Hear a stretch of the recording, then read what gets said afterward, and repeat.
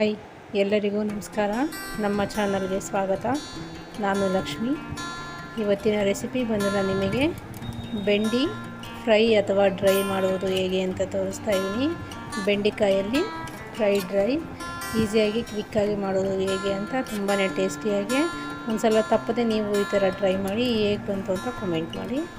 ನೋಡಿ, ಮೊದಲಿಗೆ ನಾವಿಲ್ಲಿ ಬೆಂಡೆಕಾಯಿ ತೊಗೊಂಡಿದ್ದೀವಿ. 1/4 kg ಬೆಂಡೆಕಾಯಿ, ಅರ್ಧ ನಿಂಬೆಹಣ್ಣು ಮತ್ತು 1 ಬೆಳ್ಳುಳ್ಳಿ ಜಜ್ಜಿರೋದು, 2 ರೆಂಬೆ ಕರಿಬೇವು ಸೊಪ್ಪು, 1 ಚಮಚ ಹುರ್ಗಡ್ಲೆ, 1 ಚಮಚ ಉದ್ದು ತಗೊಂಡಿರುವಂಥ ಕಡಲೆ ಬೀಜ, 2 ಲವಂಗ, 4 ಮೆಣಸು, ಸ್ವಲ್ಪ ಜೀರಿಗೆ, ಸ್ವಲ್ಪ ಸಾಸಿವೆ, ಸ್ವಲ್ಪ ಕಡಲೆಬೇಳೆ, ಹಾಗೆ ಅಚ್ಚಕಾರದ ಪುಡಿ 1/4 ಚಮಚ, ಅರ್ಧ ಚಮಚ ಧನಿಯಾ ಪೌಡರ್, 1/4 ಚಮಚ ಅರಿಶಿಣ, ರುಚಿಗೆ ತಕ್ಕಷ್ಟು ಉಪ್ಪು. ಮಾಡುವ ವಿಧಾನ: ಮೊದಲಿಗೆ ಒಂದು ಕಡಾಯಿಯನ್ನು ತಗೊಳ್ಳೋಣ. ಕಡಾಯಿಗೆ 1 ಚಮಚ ಎಣ್ಣೆಯನ್ನು ಸೇರಿಸ್ಕೊಳ್ಳೋಣ.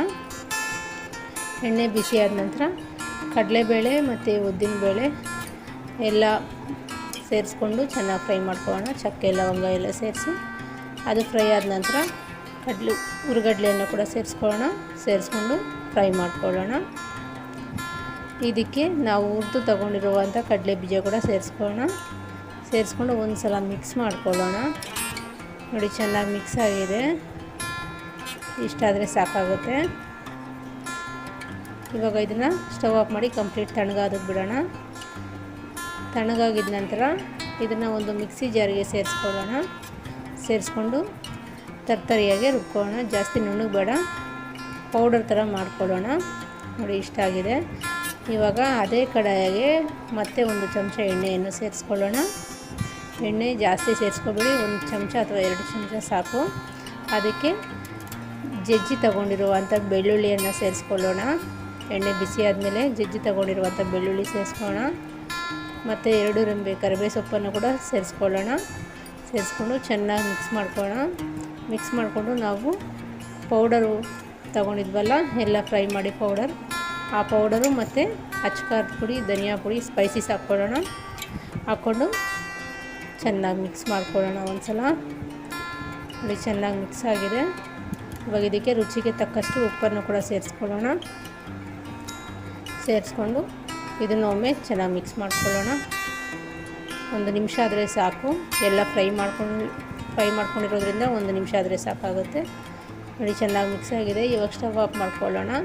ಸ್ಟವ್ ಆಫ್ ಮಾಡಿಕೊಂಡು ಅರ್ಧ ನಿಂಬೆಹಣ್ಣಿನ ರಸವನ್ನು ಸೇರಿಸ್ಕೊಂಡು ಕಂಪ್ಲೀಟ್ ಒಂದು ಸಲ ಮಿಕ್ಸ್ ಮಾಡಿಕೊಂಡು ಇದನ್ನು ಕಂಪ್ಲೀಟ್ ತಣ್ಣಗಾಗೋದಕ್ಕೆ ಬಿಡೋಣ. ತಣ್ಣಗಾಗಿ 10 ನಿಮಿಷದ ನಂತರ ಒಂದು ಬೌಲಿಗೆ ಸೇರಿಸ್ಕೊಂಡು ಚೆನ್ನಾಗಿ ಕೈಯಲ್ಲಿ ಕರಿಬೇವು ಸೊಪ್ಪು, ಬೆಳ್ಳುಳ್ಳಿ ಮತ್ತು ಈ ಮಸಾಲೆಗಳನ್ನು ಮಿಕ್ಸ್ ಮಾಡ್ಕೊಳ್ಳೋಣ. ಕೈಯಲ್ಲಿ ಚೆನ್ನಾಗಿ ಮಿಕ್ಸ್ ಮಾಡ್ಕೊಳ್ಳೋದ್ರಿಂದ ಚೆನ್ನಾಗಿ ಕರಿಬೇವು ಸೊಪ್ಪು ಕೂಡ ಪೌಡರ್ ಥರ ಆಗಿಬಿಡುತ್ತೆ. ಇವಾಗ ಬೆಂಡೆಕಾಯಿ ಕಟ್ ಮಾಡ್ಕೊತಾ ಇದ್ದೀವಿ. ನೋಡಿ, ಈ ಥರ ಸೆಂಟ್ರಿಗೆ ಉದ್ದಕ್ಕೆ ಕಟ್ ಮಾಡ್ಕೋಬೇಕಾಗತ್ತೆ. ನೋಡಿ, ಹಿಂಗೆ ಈ ಥರ ಕಟ್ ಮಾಡಿಕೊಂಡ್ರೆ ಈ ಫ್ರೈ ತುಂಬಾ ಚೆನ್ನಾಗಿರುತ್ತೆ. ಈ ಥರ ಕಟ್ ಮಾಡ್ಕೊಳ್ಳೋದ್ರಿಂದ ನಮಗೆ ಒಳಗಡೆ ಏನಾದರೂ ಇದ್ದರೂ ಕೂಡ ಬೆಂಡೆಕಾಯಿ ಒಳಗಡೆ ನೀಟಾಗಿ ಕಾಣಿಸುತ್ತೆ. ನೋಡಿ, ನಿಧಾನಕ್ಕೆ ಸ್ಮೂತಾಗಿ ಕಟ್ ಮಾಡ್ಕೊಳ್ಳಿ, ಇಲ್ಲಾಂದರೆ ಸೈಡಲ್ಲಿ ಕಟ್ ಆಗಿಬಿಡುತ್ತೆ. ಇದೇ ಥರ ಎಲ್ಲ ಬೆಂಡೆಕಾಯಿಯನ್ನು ಕಟ್ ಮಾಡ್ಕೊಳ್ಳೋಣ.